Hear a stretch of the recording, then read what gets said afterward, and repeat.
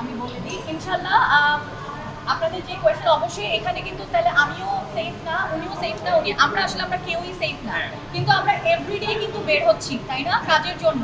এভাবে আমাদের দেশটা চলছে, কিছুই আসলে করার নেই। আমাদের সাথে যারা কাজ করছে, আমাদের বিহাইন্ড দ্য ক্যামেরা যারা কাজ করছে, তারাও কিন্তু জীবনে ঝুঁকি নিয়ে এভরিডে আসছে। এখন ছেলেও না মেয়ে, আমরা সবাই একটু রিস্কি সিচুয়েশনে আছি, কিন্তু ইনশাল্লাহ এখানে কিছু হবে না ওরকমই। কিন্তু কঠোর নিরাপত্তার ব্যবস্থা করা হয়েছে। অনেক জায়গা হচ্ছে কঠোর নিরাপত্তার পরেও অনেক কিছু হচ্ছে, সেটা আসলে আমরা কিছু তো ওটা নিয়ে কিন্তু আমরা বলতে পারছি না।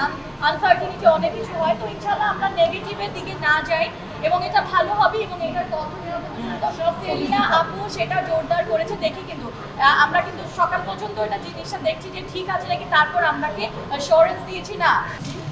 সেন্সিমেন্টের পক্ষ থেকে সেন্সিমেন্ট কিন্তু দীর্ঘদিন থেকে যে প্রশ্নটা আপনারা করেছেন আমাদের পার্টনার শাখা বেগমকে, আমি কিন্তু নারী উদ্যোক্তা অর্গানাইজেশনের চিফ অ্যাডভাইজার।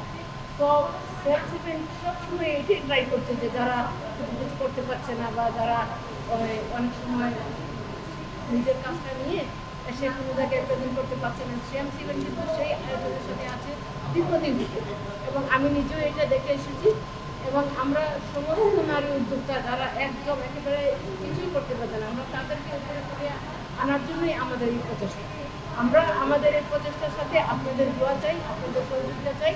এবং আমরা ইনশাল্লাহ নাইট মার্কেট তো আমাদের এটা সমস্ত নিরাপত্তা জোরদার আছে।